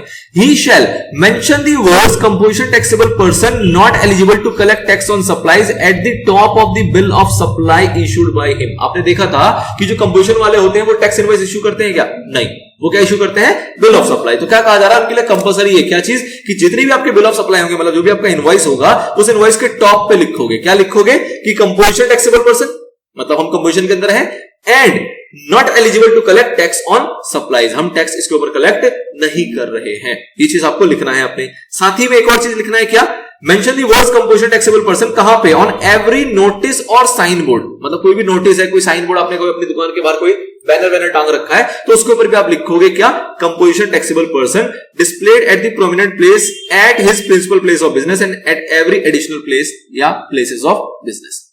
ठीक, मतलब ये चीज आप बता के चीख के बताना है आपने कि भैया मैं कंपोजिशन वाला हूं। आगे फर्दर, ये बहुत इंपॉर्टेंट पॉइंट है, बहुत ही ज्यादा, ये छोटा सा फर्दर आ रहा है ना, ये बहुत ही ज्यादा इंपॉर्टेंट है। देखो क्या कह रहा है, further where the goods held in stock by him are liable to be taxed under reverse charge under section 9 subsection 4। कौन सा वाला था, subsection 4 कौन सा वाला था, unregistered वाला। The tax thereon has been paid under reverse charge under section 9 subsection 4। देखो 9 subsection 4 में किसकी बात हुई थी, जनरली कौन था, बिल्डर। इसके अंदर कौन था, इसके अंदर कौन से 3 प्रोविजन थे, जब वो इनपुट या इनपुट सर्विसेज लेता है तो उसके इसमें आपको रूल का ध्यान रखना था 80-20 का, कि भैया 80 किससे लेना पड़ेगा, रजिस्टर्ड से, 20 किससे लेना पड़ेगा, अनरजिस्टर्ड से ले सकते, कोई दिक्कत नहीं है। अगर 80 से कम होगा तो जितना भी कम होगा उतना आपको रिवर्स चार्ज के अंदर जमा करना पड़ेगा। दूसरा क्या था, इनपुट गुड, जिसके अंदर मैंने बात की थी सीमेंट्स की, कि अगर आप सीमेंट परचेज करते हो तो उसके इसमें आपको वो रजिस्टर से ही खरीदा, अगर आप अनरजिस्टर्ड से खरीदोगे तो उसके इसमें आपको क्या देना पड़ जाएगा, आरसीएम के ऊपर टैक्स, पूरे के ऊपर, कोई कंडीशन नहीं। और तीसरा कौन सा था, कैपिटल गुड्स। ये 3 पॉइंट थे, याद आ रहा है। तो वही कह रहा है कि further where the goods held in stock by him are liable to be taxed under reverse charge under section 9 subsection 4, the tax thereon has been paid under the reverse charge under section 9 subsection 4। मतलब कि अगर आपके पास कोई stock पड़ा हुआ है और उसके ऊपर आपको अगर आरसीएम के अंदर टैक्स देना है तो आपको वो टैक्स देना पड़ेगा, आप कंपोजिशन में हो चाहे ना हो, उससे कोई फर्क नहीं पड़ता। इसी चीज को थोड़ा सा और डबलिंग करके बताया गया, ऑल्दो ये अपने पहले पढ़ा हुआ है, बट एक बार रीड मार लो। This condition applies in case, कहां पे अप्लाई होता है, 9 subsection 4, in case where a builder promoter opting for composition scheme has the stock of the goods. मतलब कोई बिल्डर प्रोमोटर है और वो कंपोजिशन स्कीम लेना चाह रहा है, उसके पास स्टॉक पड़ा हुआ है, on which he is required to pay GST on reverse charge basis under section 9 subsection 4 in one or more of the following cases. कौन से थे, 3 केसेस थे। पहला, builder promoter must purchase at least 80% of inputs and input services used in supplying the services from the registered person in case of shortfall। अगर नहीं हो पाता, shortfall होता है, तो इस केस में क्या था, he is required to pay tax under reverse charge on all such inward supplies to the extent short of 80% of the inward supplies from the registered supplier। मतलब अगर 75% होगा तो उसको 25% पे करना पड़ेगा। ऐसा ही था, नालायक, सुन नहीं रही। अगर 75% होगा तो उसके इसमें उसको 25% पे करना पड़ेगा, 5% पे करना पड़ेगा, 80% तक हमें पहुंचना है। तो मैंने 25 बोला, हाँ सही है, ऐसे ही। अगला, where cement is receive from an unregistered person, promoter builder जो होगा उसको भी आरसीएम के अंदर यहां पे टैक्स पे करना पड़ेगा। और लास्ट आता है आपका GST on capital goods is payable by the promoter on reverse charge basis. तो ये 3 बातें थी। इनके केस में अगर कंपोजिशन लेना चाहेगा ऐसा कोई बिल्डर प्रोमोटर जो कि कंपोजिशन के अंदर जाना चाह रहा है, उसको स्टॉक अवेलेबल है, तो उसको अगर इन तीनों में से किसी भी टाइप का स्टॉक होगा तो उसके ऊपर उसको जीएसटी पे करके चलना पड़ेगा। चलिए जी, ये तो हो गई repetition. Intimation of opting for composition levy. अब देखो यहां पे 2 बातें आएंगी। क्या कह रहा है कि आपको कंपोजिशन लेना है, कंपोजिशन लेवी के अंदर आपको आना है, आप आना चाहते हो कंपोजिशन स्कीम के अंदर, तो आपको इंटीमेट करना पड़ेगा। किसको, डिपार्टमेंट को, जीएसटी डिपार्टमेंट को। तो इंटीमेशन 2 तरीके से हो सकती है। नंबर 1, इसके ऊपर मैंने बहुत लंबी चर्चा करी, उसको शॉर्ट में बता रहा हूं, फिर उसका रीड करके खत्म करेंगे। इंटीमेशन 2 तरीके से हो सकती है। पहला कि आप अनरजिस्टर्ड पर्सन हो, आप रजिस्ट्रेशन करवाने आप जा रहे हो, तो जब रजिस्ट्रेशन कराने जाओगे तो रजिस्ट्रेशन वाला फॉर्म भरोगे तो वहीं पर सेलेक्ट कर लेना क्या कि मुझे कंपोजिशन स्कीम चाहिए, हो गई इंटीमेशन। तो अब उस केस में जो आपने रजिस्ट्रेशन लिया, जब वो रजिस्ट्रेशन आ जाएगा तब से आप क्या माने जाओगे, कंपोजिशन लेवी के अंदर काउंटेड। सीधी सी बात है ना, मैंने आज अप्लाई किया, मुझे 10 दिन के बाद रजिस्ट्रेशन मिला, तो रजिस्ट्रेशन मेरा कब से वैलिड होगा, आज से या 10 दिन के बाद से? ऑब्वियसली 10 दिन के बाद से। जब रजिस्ट्रेशन मेरा मिल गया, मुझे रजिस्ट्रेशन सर्टिफिकेट, मेरा अपना रजिस्ट्रेशन नंबर आ गया, उस दिन से आप किसके अंदर आ जाओगे, कंपोजिशन के अंदर काउंट हो जाओगे। तो सिंपल है फ्रेश वाले केस में कि जब रजिस्ट्रेशन आप कराने जाओ तो उसका आप फॉर्म भरोगे तो वहां पे आपको सेलेक्ट कर लेना है अंडर कंपोजिशन स्कीम, आपको रजिस्ट्रेशन मिल जाएगा। जिस दिन से मिल जाएगा उस दिन से आप कंपोजिशन लेवी के अंदर काउंट किए जाओगे। दूसरा कौन सा ऑप्शन है कि मैं रेगुलर अंदर काम कर रहा हूं और मैं चाहता हूं कि मैं कंपोजिशन के अंदर चेंज करा लूं। मैं ऑलरेडी पहले से क्या हूं, रजिस्टर्ड हूं, अनरजिस्टर्ड नहीं हूं, मैं ऑलरेडी क्या हूं, पहले से रजिस्टर्ड हूं, और मैं चाहता क्या हूं कि मैं कंपोजिशन स्कीम के अंदर शिफ्ट करा लूं। तो उस केस में क्या करना पड़ेगा, उस केस में मुझे एक फॉर्म है जो कि जीएसटी की कॉमन पोर्टल के ऊपर जाके फाइल करना है, और जब मैं वो फाइल करूंगा तो वो जीएसटी कंपोजिशन स्कीम मुझे कब से मिलेगा, जीएसटी कंपोजिशन स्कीम कभी भी साल के बीच से नहीं मिलता, वो कब मिलता है, एक फ्रेश ईयर से। एक फ्रेश ईयर से, मतलब जिस साल में मैं हूं इस साल मुझे रेगुलर के अंदर ही खत्म करना पड़ेगा। अगला साल जो आएगा उस अगले साल की शुरुआत किससे होगी? मेरी कंपोजिशन स्कीम से। तो obvious सी बात है वो साल जो आने वाला होगा उससे पहले मुझे फॉर्म फाइल करना पड़ेगा। इंटीमेशन मुझे कब देनी पड़ेगी? वो साल शुरू होने से पहले, मतलब अगर मैं कहता हूं 1 अप्रैल 2021 तो उससे पहले मुझे इंटीमेशन देनी पड़ेगी। और इंटीमेशन जो मैं दूंगा, इंटीमेशन तो मैंने दे दिया, मेरा कंपोजिशन स्कीम जो होगा वो एलिजिबल कब से होगा, मतलब शुरू कब से होगा? 1 अप्रैल 2021 से। ये जो भी आपका फाइनेंशियल ईयर होगा उसकी शुरुआत से। ऐसा नहीं है कि आपने इंटीमेट दिया उसके बाद से वो एलिजिबल हो जाएगा, वो हमेशा साल के शुरुआत से एलिजिबल होगा। ठीक है, पढ़ो फटाफट से। हाँ,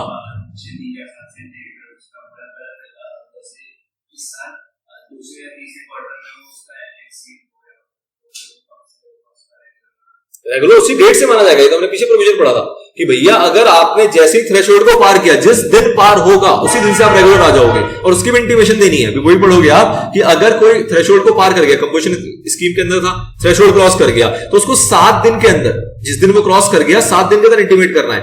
ठीक है, एलिजिबल कब से मानोगे? जिस डेट पे क्रॉस किया, ऐसा नहीं 7 दिन के बाद।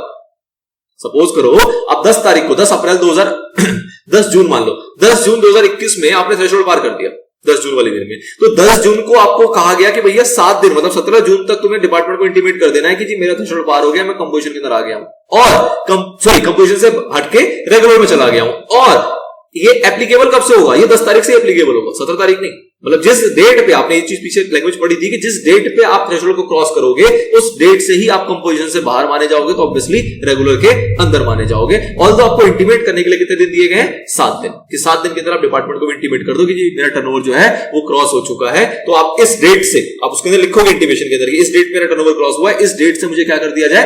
रेगुलर के अंदर ट्रांसफर कर दिया जाए। ठीक है, चलो पढ़े फटाफट से। Intimation by person applying for registration. Any person who is not registered and applies for registration may give an option to pay tax under composition levy in part B of the registration form. जो registration form है उसके part B के अंदर आप क्या करोगे?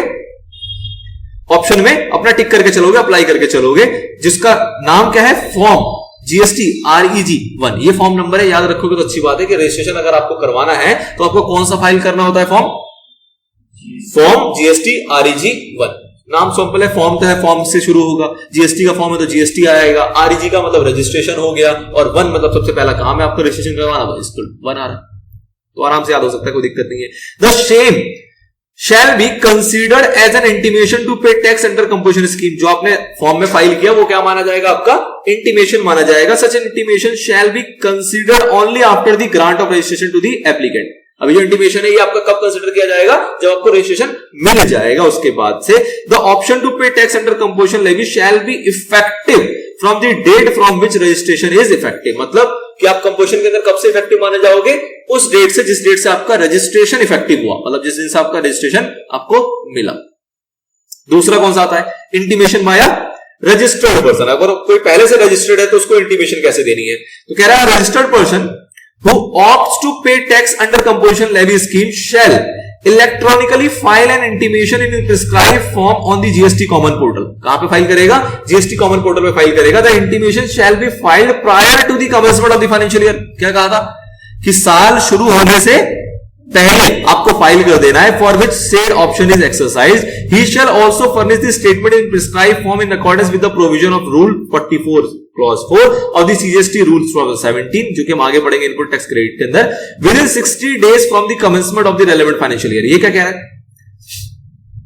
ये generally ये कह रहा है कि सपोज करो आप पहले रेगुलर में थे, ठीक है, तो रेगुलर में जब थे तो हो सकता है आपके पास क्या हो? ITC। तो इस ITC के रिगार्डिंग में एक प्रिस्क्राइब फॉर्म है, इस ITC के रिगार्डिंग में एक प्रिस्क्राइब फॉर्म है जो कि आपको फाइल कर देना है। फाइल कब कर देना है? साल शुरू होने के 60 दिन पहले। साल शुरू कब होगा? 1/4। तो 60 दिन पहले का मतलब क्या हुआ? 2 महीने पहले। लेकिन 2 महीने नहीं, आपको यहां पे दिन कितने हैं? 60 डेज। तो आपके मार्च के कितने होते हैं? 31। आपके कितने होते हैं? 28। कितना हो गया? 1 दिन और बच गया, मतलब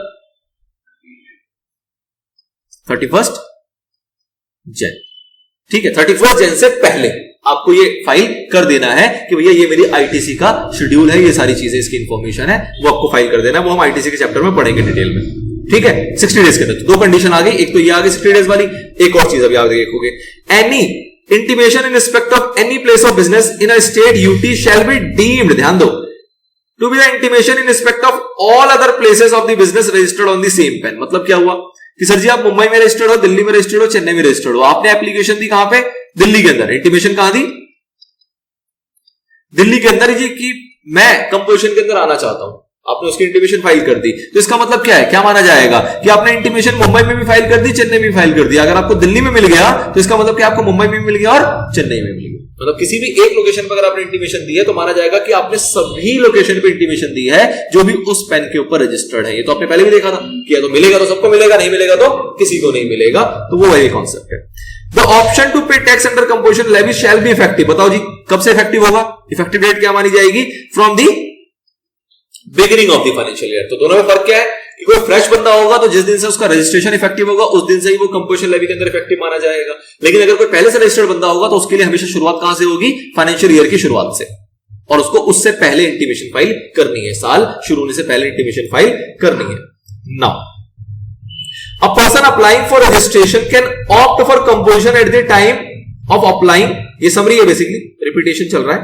कह रहा है क्या कि एक पर्सन जो अप्लाई करना चाहता है रजिस्ट्रेशन के लिए वो ऑप्ट कर सकता है कंपोजिशन को, कब, जब वो अप्लाई कर रहा है रजिस्ट्रेशन के लिए, while time being any time of the financial year, मतलब कि वो साल में कभी भी हो सकता है।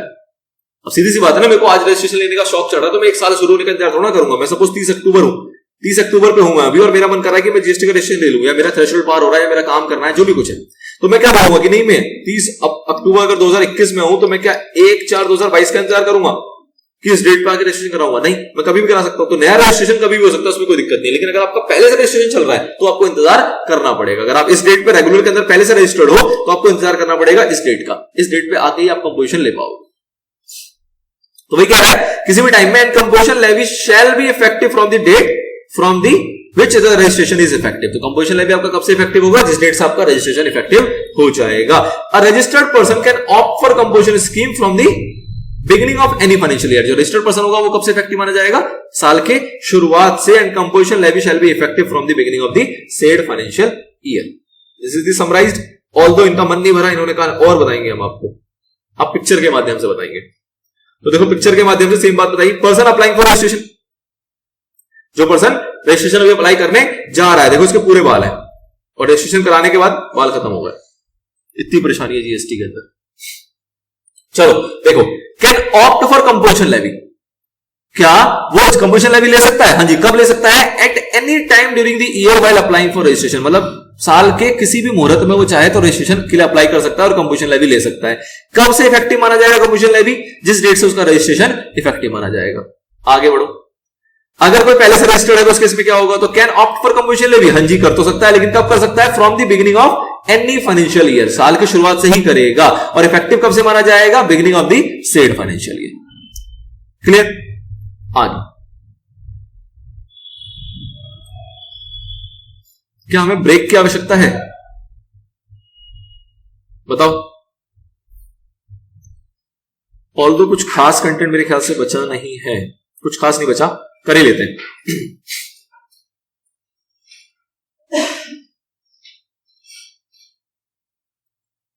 वैलिडिटी ऑफ कंपोजिशन लेवी, बताओ जी कंपोजिशन लेवी कब तक वैलिड रहता है? जब तक जितने भी इसके कंडीशंस हैं वो सारे आप फुलफिल करते चलोगे, वैलिड रहेगा। मोटा मोटा अगर बात करें तो किसकी बात होती है? थ्रेशोल्ड की। जैसे थ्रेशोल्ड पार किया वैसे ही आप कंपोजिशन लेवी से बाहर हो जाओगे। लेकिन और भी चीजें, और चीजें का मतलब क्या है कि आप एक्सपोर्ट करने लगे, कंपोजिशन के अंदर से आप एक्सपोर्ट करने लग गए तो क्या होगा? तब भी बाहर हो जाओगे। इंटरेस्ट सप्लाई करने लगे तब भी बाहर हो जाओगे। मतलब जितने भी कंडीशंस हैं आपको सारे फुलफिल करने हैं। अगर आपने फुलफिल नहीं किया तो कंपोजिशन लेवी से आप बाहर हो जाओगे। ठीक है, तो क्या कह रहा है? Withdraw from the composition scheme by a taxpayer who ceases to satisfy any of the prescribed condition. मतलब कि भैया जितनी भी कंडीशन है अगर उसमें से किसी को भी उसने फुलफिल करना बंद कर दिया तो वो उससे बाहर माना जाएगा। The option exercised by registered person to pay amount under composition levy shall remain valid so long as he satisfy all conditions mentioned in the relevant section and rules. जितने भी कंडीशन लिखे हैं उन सभी को अगर वो सेटिस्फाई करता चलेगा तो कंपोजिशन लेवी उसका चलता रहेगा। फॉर इंस्टेंस, एग्जाम्पल के तौर पर अगर देखें, the option to pay tax under composition scheme lapse from the day on which aggregate turnover of a registered person exceeds the specified limit during the financial year. तो specified limit क्या है? 1.5 CR भी है, 75 लाख भी और 50 लाख भी। अगर वो जैसे उसको क्रॉस कर जाएगा उस केस में उसका कंपोजिशन लेवी जो होगा वो लैप्स हो जाएगा। सच पर्सन इज रिक्वायर्ड, अब देखो कंडीशन आएगी, such person is required to pay tax under regular scheme. Composition से बाहर जाएगा तो कहां आके अटकेगा, रेगुलर स्कीम। सेक्शन क्या था 9 का sub section 1। From the day, तो पूछ रहे थे ना कब से, from the day he ceases to satisfy any of the condition prescribe for composition levy, मतलब कि उस दिन से जिस दिन से उसके कंडीशन फुलफिल करना बंद हो गया या छूट गया। He shall issue tax invoice for every taxable supply made there after, उसके बाद से वो क्या इशू करेगा, बिल ऑफ सप्लाई या tax invoice, obviously tax invoice. जैसे वो रेगुलर के अंदर आ जाएगा उसको क्या इशू करना पड़ेगा, tax invoice, bill of supply issue नहीं कर सकता। Further he is required to file an intimation for withdrawal from the scheme in prescribe form within 7 days of the occurrence of such event. जैसे हमने example लिया था 10 तारीख को वो इवेंट घटना घट गई कि आपका लिमिट क्रॉस हो गया, या कुछ और भी चीज हो सकती है कि आपने 10 तारीख को इंटरेस्टेड सप्लाई कर दी, 10 तारीख को आपने एक्सपोर्ट कर दिया, कुछ भी ऐसी हरकत कर दी जिससे कि आप विड्रॉल माने जाओगे कहां से, कंपोजिशन स्कीम से। तो उसके उस घटना के 7 दिन के अंदर आपको क्या कर देना है, इंटीमेशन दे देना है कि भैया हम इससे बाहर हो गए ड्यू टू दिस रीजन। और इफेक्टिव डेट क्या मानी जाएगी, जिस डेट वो घटना घटी है, 7 दिन का इंतजार नहीं होगा।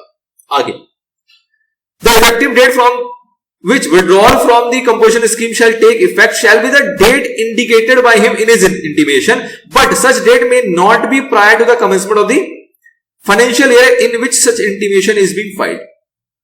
क्या कह रहा है बताओ, ये क्या कह रहा है,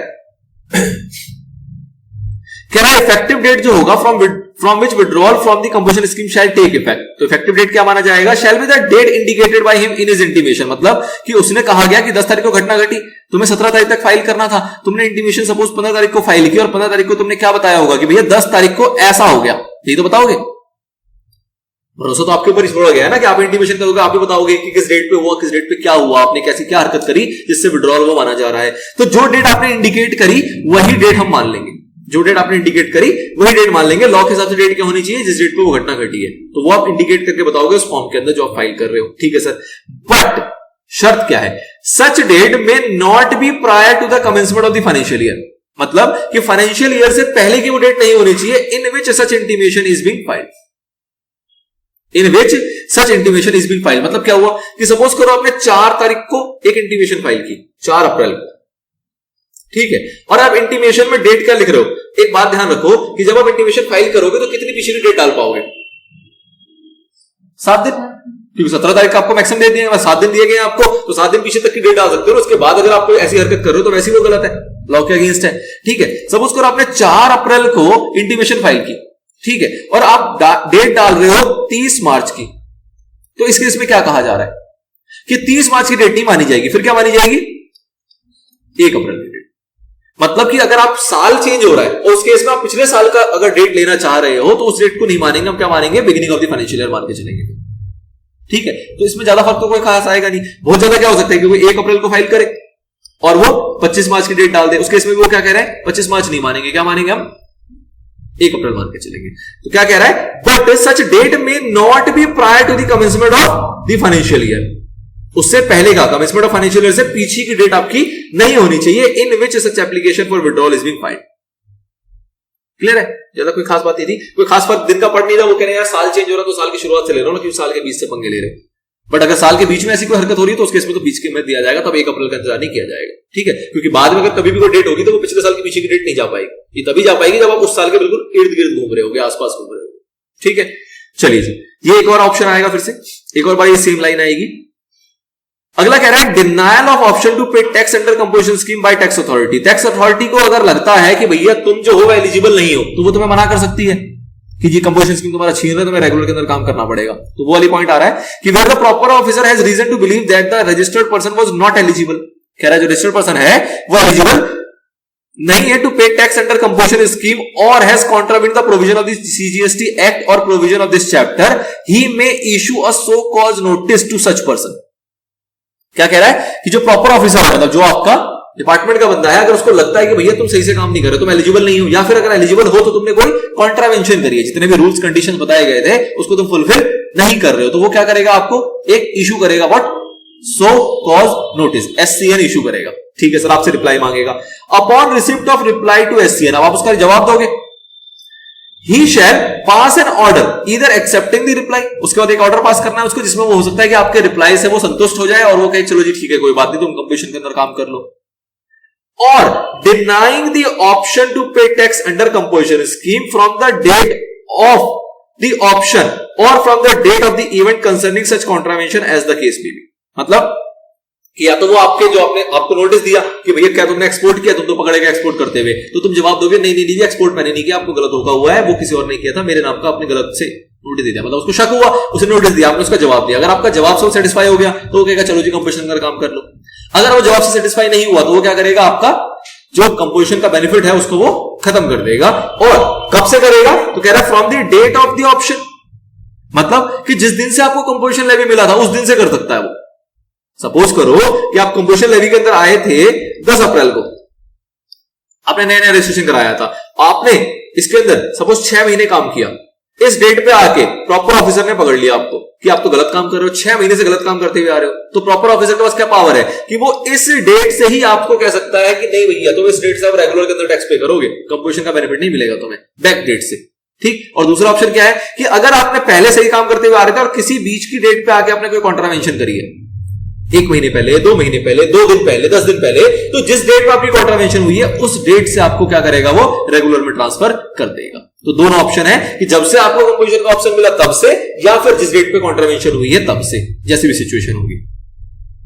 आगे, in case of decline of option to pay tax under composition levy by the tax authorities, अगर ऐसा होता है तो उस केस में क्या होगा, the effective date of such denial shall be the date shall be from a date including any retrospective date। Retrospective हो सकता है, नहीं हो सकता, अभी आपने पढ़ा रेट्रोस्पेक्टिव हो सकता है, मतलब ऐसा नहीं कि वो आज की डेट से कैंसिल करेगा, वो पीछे की डेट से भी आपको पनिश कर सकता है, आपको कह सकता है कि नहीं जी तुम्हें कंपोजिशन नहीं मिलेगा बैक डेट से, as the case may be determined by the tax authority, depend करेगा टैक्स अथॉरिटी क्या डिपेंड करती है। However such effective date shall be not prior to the date of contravention as the provision of the CGST act, CGST rules, मतलब कि ऐसा नहीं है कि किसी ने यहां पर रजिस्ट्रेशन लिया था, यहां पर उसने ऑप्शन अवेल किया था किसका, कंपोजिशन का, वो चलता हुआ आ रहा था, यहां पे प्रॉपर ऑफिसर ने पकड़ लिया, ठीक है, उसने ऑल द कॉन्ट्रावेंशन यहां शुरू कर दी, कॉन्ट्रावेंशन उसकी यहां शुरू हुई थी, तो क्या प्रॉपर ऑफिसर जो होगा वो जहां से ऑप्शन है वहां से वो उसको रेगुलर में ट्रांसफर कर सकता है। तो आपने ऊपर देखा कि हाँ उसके पास पावर है करने की, लेकिन ऐसा नहीं है कि कॉन्ट्रावेंशन यहां से होगी तो वो जबरदस्ती पीछे से पकड़ के आपको पनिश करेगा, नहीं, फिर तो जहां से कॉन्ट्रावेंशन होगी वहीं से करेगा। बट अगर वो ऐसा कुछ आइडेंटिफाई नहीं कर पा रहा है या उसे शक हो रहा है कि आप शुरू से करते हुए आ रहे हो और आप प्रूफ नहीं कर पा रहे, अपने आपको जस्टिफाई नहीं कर पा रहे हो, तो उसके पास पावर है कि जिस दिन से ऑप्शन हुआ था उस दिन से ही वो रेगुलर आपको ट्रांसफर करके चले, ठीक है। चलिए जी आगे बढ़िए।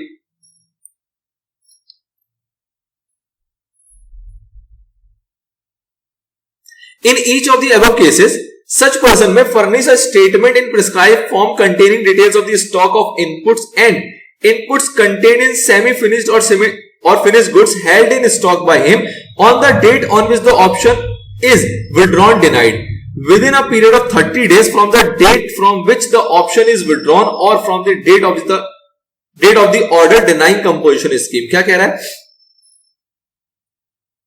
कि अगर आपके पास कुछ स्टॉक्स पड़े हुए, चाहे वो फिनिश गुड्स के हों, चाहे वो सेमी फिनिश गुड्स के हों, या कुछ भी इस टाइप का स्टॉक पड़ा हुआ है, तो उसकी भी आपको एक स्टेटमेंट फाइल करनी है कितने दिन के अंदर, 30 दिन के अंदर। कौन सिचुएशन में, चाहे आपका खुद से विड्रॉल हो गया हो, चाहे अथॉरिटी ने मना कर दिया हो, कोई भी ऐसी घटना घटी, मतलब जिस दिन से आपका कंपोजिशन खत्म हुआ और आप किस में आ रहे हो, रेगुलर स्कीम में आ रहे हो, तो जिस डेट पे खत्म हुआ उस डेट पे हो सकता है आपके पास कुछ स्टॉक पड़ा, चाहे वो फिनिश गुड्स हो, अगर आप ट्रेडर वगैरह थे, या फिर अगर मैन्युफैक्चरर थे तो वो सेमी फिनिश गुड्स वगैरह हो सकते हैं, रॉ मटेरियल वगैरह हो सकते हैं, तो उन सभी की इंफॉर्मेशन आपको फाइल करनी पड़ेगी कितने दिन के अंदर, 30 दिन के अंदर, ठीक। A person availing composition scheme during a financial year crosses the turnover of 1.5 CR on 9th of December। 9 दिसंबर को उसने क्या कर दिया, टर्नओवर अपना क्रॉस कर गया। The option availed shall lapse from the day on which his aggregate turnover during the financial year exceeds, that is what, 9th December in this case। मतलब जिस डेट पे क्रॉस कर जाएगा उस डेट पे ही मानेंगे कि वो लैप्स हो गया, कंपोजिशन स्कीम से बाहर चला गया। Now, composition scheme to be adopted uniformly by all the registered person having the same pen। ये पॉइंट आपने पीछे पढ़ा हुआ है कि भैया मिलेगा तो सबको मिलेगा, अगर नहीं मिलेगा तो किसी को नहीं मिलेगा। तो ऐसा नहीं है किसी एक जगह आप अवेल करोगे, किसी एक जगह पे आप नहीं करोगे। तो वही चीज कह रहा है, all registered person having the same PAN have to opt for composition scheme। If one such person opts for normal scheme, other become ineligible for composition scheme. अगर कोई एक नॉर्मल स्कीम में जाता है, रेगुलर स्कीम में जाता है, तो बाकी सारे भी कंपोजिशन में नहीं जा पाएंगे। एग्जांपल के तौर पे a dealer Kishori Lal has 2 offices in Delhi and is eligible for composition levy for goods. कह रहा 2 ऑफिस दिल्ली के अंदर और कंपोजिशन लेवी के लिए वो एलिजिबल है। If Kishori Lal opts for composition scheme for goods, both the offices would पे टैक्स अंडर कंपोजिशन स्कीम। अगर वो ऑप्ट करेंगे तो दोनों ऑफिस को किसमें आना पड़ेगा? कंपोजिशन के अंदर ही आना पड़ेगा। And abide by all the condition as may be prescribe for the said composition scheme. और जितने भी कंपोजिशन स्कीम के रूल्स हैं, जो भी कंडीशंस है, वो आपको फुलफिल करना पड़ेगा। अगला आता है composition scheme supplier can not collect tax. ये पॉइंट आपने पीछे पढ़ा हुआ था जब आपने सेक्शन 10 का सबसेक्शन 4 पढ़ा था, तो वहां पे 2 बातें थी। पहला क्या था कि वो टैक्स कलेक्ट नहीं कर सकता, और दूसरा क्या था कि उसको इनपुट टैक्स क्रेडिट नहीं मिलेगा। तो वही दोनों बातें लिखी हुई है। पहले वाले पॉइंट में कह रहा है 11th पॉइंट के अंदर कि भैया वो टैक्स कलेक्ट नहीं कर सकता, shall not collect tax from the recipient, और ऑब्वियसली बात है टैक्स इनवॉइस भी इशू नहीं कर पाएगा। और दूसरे पॉइंट में क्या कह रहा है कि भैया not entitled to any credit of input tax. अगर कंपोजिशन के अंदर आप आ जाते हो तो। अगला आया था आपका लास्ट सबसेक्शन नंबर 5, जिसके अंदर आपने क्या देखा था कि भैया अगर आप गलत फायदा उठा रहे होगे और पकड़े जाओगे तो उस केस में क्या होगा? आपके ऊपर पेनल्टी लगाई जाएगी, और साथ ही में सेक्शन 73 और सेक्शन 74 जो होगा उसके प्रोविजन भी आपके ऊपर इंपोज कर दिए जाएंगे। ऑल्दो ये क्या होगा वो अपने को आगे देखना है, बट फिलहाल आपको ध्यान रखना है कि अगर कोई भी इरेगुलर अवेलमेंट होती है, तो मतलब आप ऑल्दो कंपोजिशन के अंदर नहीं हो लेकिन आप उसको मिसयूज कर रहे हो, उसका गलत फायदा उठा रहे हो और पकड़े जाओगे, तो ऑब्वियसली बात है आपके ऊपर पेनल्टी लगाई जाएगी, और सेक्शन 73 और 74 जो होगा वो भी इंपोज कर दिए जाएंगे। उसके प्रोविजन भी आपके ऊपर इंपोज किए जाएंगे पेनल्टी और टैक्स असेसमेंट के लिए। ठीक है, चलिए जी। तो this is all about chapter number 3 section number 10 के सारे सबसेक्शन देख लिए, प्रॉपर एनालिसिस दे दी, सारी एक्सप्लेनेशन देख लिए, सारे प्रोवाइजो देख लिए। रिवीजन करेंगे इसका, बट फिलहाल के लिए इतना ही। इसको यहीं ब्रेक करते हैं।